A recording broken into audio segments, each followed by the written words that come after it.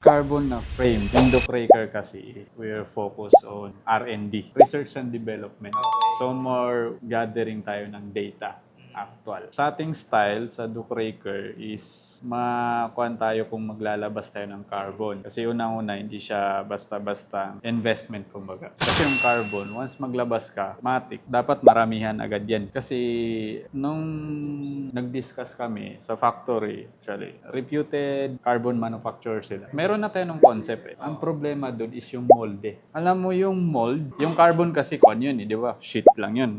Tapos pinatagpi-tagpi. Pag nabuo nila yon parang yung malambot pa, yung parang ganyan, ilalagay nila sa molde yun para tumigas. Tapos mag-insert sila ng certain pressure para malobo. Yung nag-hold na yun, sa yung pressure na kung saan nakalagay, yun yung molde. Parang waffle maker. Oo, ganon. Pinag-example is yung waffle maker. Yun yung mahal. Yun yung mahal. Tapos, isang ganon, kada isang size. Yes, kada isang size. For info lang ng mga natin sa community natin, sa factory, pinaka-range, kumbaga minimal range or pinaka-best na offer ni factory sa Ducraker is 10,000 USD. USD Half yun. million Yes. peso. Moldy yan lang yun. Isang size. Yes, tapos isang frame size lang yun. Mahal, no? Yun, mahal. 10,000. Eh, lalo na nagpo-promote tayo ng hindi lang isang size.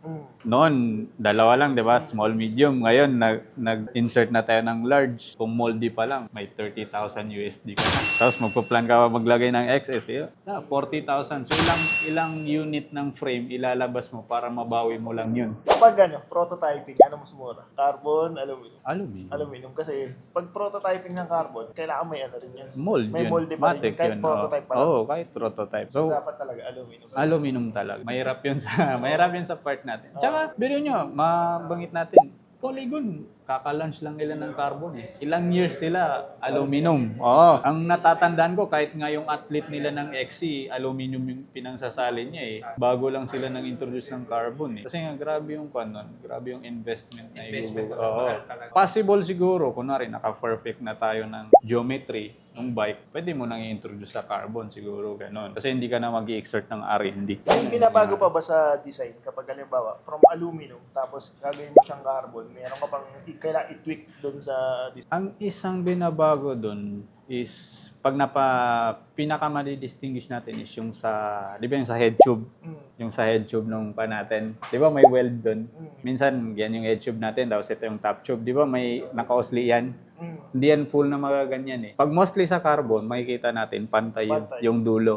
Oo, yun yung isang mababago. Eh once mabago mo na yun lang na babaguhin mo. May mababago na sa performance ng geometry mo. Kaya hindi siya... Kahit konti lang. Oo, kahit konti lang. Kaya maselan yung carbon. Meron naman tayong carbon parts. Di ba, nag-introduce tayo yung sa fork, yung sa drop bar, seat post, rims.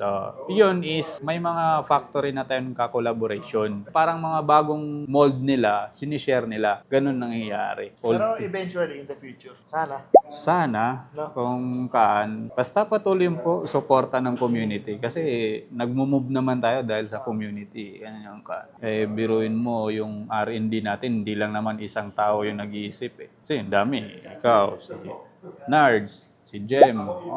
Lahat yan, nagbibigay ng input. Ano yung dapat kung kaya natin baguhin. Nakakagamit. Oo. Kaya hindi siya yung pag-focus natin yung R&D, parang mahirap kung magka-carbon tayo agad.